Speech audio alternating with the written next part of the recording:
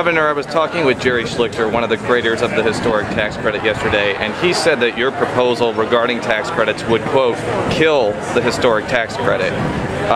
Do you agree with that? And how would your proposal not hinder development of historic buildings?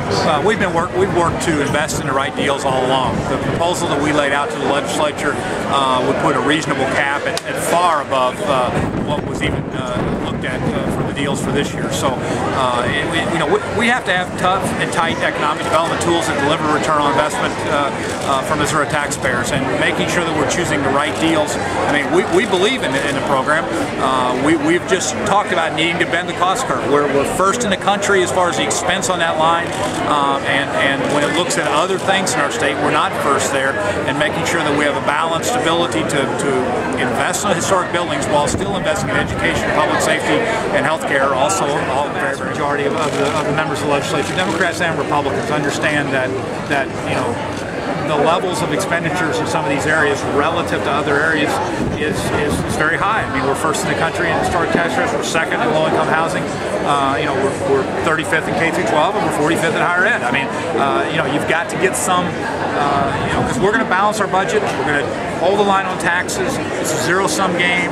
And so I think there are obviously some challenges to all of this sort of stuff. There's interests that don't want any change.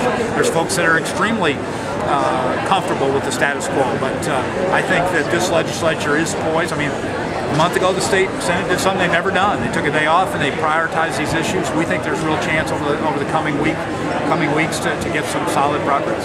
Now, it sounds like you would rather that Missouri not be first in using the historic tax credits. Where would you like to see Missouri? I mean, we want to make sure that we get the ability to choose the right projects to continue to invest in this important economic development tool.